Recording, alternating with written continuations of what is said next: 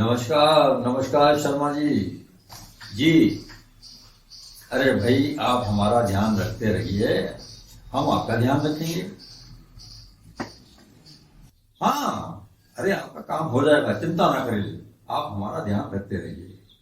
हाँ, ठीक है ठीक है। नमस्ते नमस्ते नमस्ते। सर नमस्कार। गर्मा गर्म कड़क चाय। अच्छा अच्छा। अरे भाई किशन, चाय तो बड़ी कड़क बनाई है, मजा आ गया। सर एक बात कहूँ, अगर आप बुरा ना माने तो। हाँ, बोलो। सर अब मेरा प्रमोशन करा दीजिए सर। अब मेरे बच्चे भी बड़े हो गए हैं सर, देखने वाला भी वहां कोई नहीं है सर। किशन बाबू, हफ्ते में कम से कम 3 बार तुम अपने प्रमोशन की बात करते हो और हमारे बारे में कुछ सोचते नहीं। स्टाफ में क्या हो रहा है, क्या नहीं हो रहा है, कभी कुछ बताया तुमने? सर बड़े बाबू कोई काम तो लेते हैं नहीं। अब अपने स्टाफ ग्रुप में इतनी दीमक इकट्ठी हो गई है, अगर वो कहें तो मैं साफ ना कर दूं। तुम उनके कहने का इंतजार कर रहे हो? एक बात बताऊं साहब, वो अपने विनोद बाबू है ना, वो कल स्टाफ रूम में से कुछ छुपा कर ले जा रहे थे। स्टाफ रूम में से कुछ छिपा के ले गए? स्टाफ रूम में फाइलों के अलावा तो कुछ है नहीं, तो ऐसा क्या चीज है जो छुपा कर ले गए?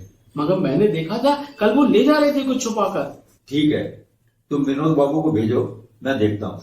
ठीक है सर, मैं विनोद बाबू को अभी भेजता हूँ सर। प्रमोशन। हाँ, मैं देखता हूँ। ठीक है सर, ठीक। मे आई कम इन सर? यस, कम इन। सर आपने मुझे बुलाया?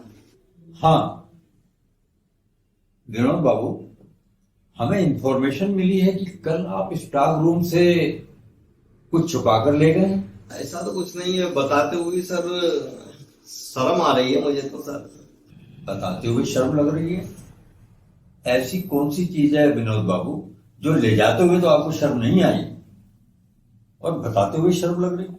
सर हमारे पड़ोस में जो यादव जी है ना सर, तो कहने लगे कि कहीं से अगर दीमक की व्यवस्था हो जाए तो थोड़ी सी दीमक उन्हें मिल जाए। तो सर अपने स्टाफ रूम में तो फाइलों में दीमक ही दीमक भरी पड़ी है, तो डिब्बे में एक थोड़ी सी दीमक ले जाकर मैंने उनको दे दी। डिब्बे में थोड़ी सी दीमक ले गए थे?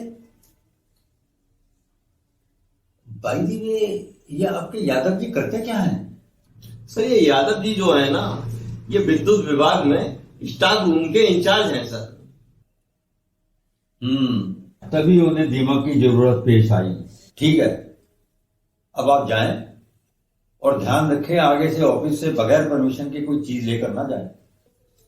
ठीक है सर, इस बार के लिए तो सॉरी, लेकिन सर आगे से मैं ध्यान रखूंगा सर। सुनिए, और ऐसा कीजिए, बड़े बाबू को भेज दीजिए।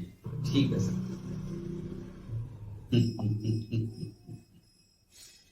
क्या आइडिया दिया है यादव जी, मजा आ गया। May I come in, sir? Yes, come in. आपने याद किया सर। हाँ बड़े बाबू, बैठिए। Thank you sir. बड़े बाबू, हमें इंफॉर्मेशन मिली है कि स्टाफ रूम में दीमक। सर वो मैं आपके संज्ञान में लाने ही वाला था, मैंने नोट किया है और मैं 1-2 दिन में ही उसको साफ करवा रहा हूँ। नहीं नहीं नहीं, अब आपको कुछ कराने की जरूरत नहीं है। अब जो मैं कह रहा हूं उसे ध्यान से सुनिए। बड़े बाबू, अपनी जितनी भी नंबर 2 की फाइलें हैं और खास तौर से वर्मा जी वाली फाइल, इनको सबको स्टाफ रूम में ऐसी जगह रखवा दें जहां पे सबसे ज्यादा दीमक लगी हुई है। वो तो सर दीमक 2 दिन में सारी फाइलें जट कर जाएगी। यही तो हम चाहते हैं बड़े बाबू। ना रहेगा बांस, ना बजेगी बांसुरी। बड़े बाबू, इस तरह हम लोगों के फंसने का खतरा हमेशा के लिए टल जाएगा। और रही बात दीमक लगने की, तो उसके इल्जाम से निपट लिया जाएगा। What a brilliant idea sir. सांप भी मर जाएगा और लाठी भी सलामत रहेगी। बड़े बाबू, इन्हीं आइडियाज की वजह से तो हम इस सीट पर बैठे हैं। जाइए और इस काम को होशियारी से अंजाम दीजिए। जी सर, मैं आज ही अपनी देखरेख में इस काम को अंजाम देता हूं और आपको रिपोर्ट करता हूं।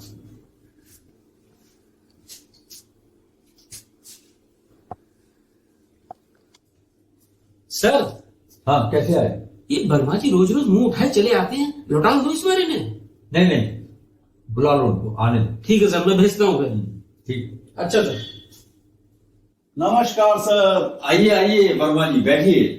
थैंक अभी आप ही की चर्चा चल रही थी। भाई, बड़ी लंबी उम्र है आपकी।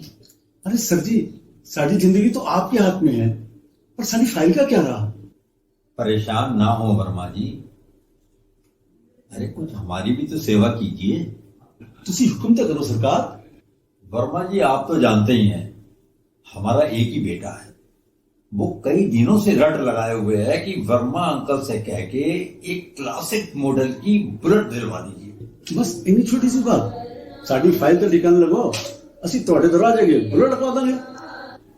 तो समझ लें वर्मा जी, आपकी फाइलों पर दीमक लग गई। दीमक लग गई? मैं समझा नहीं सरकार।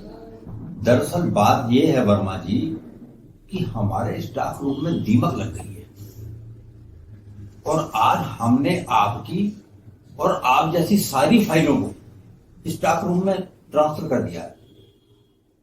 बहुत ही जल्दी दीमक हमारी और आपकी काली करतूतों को चट कर जाएगी।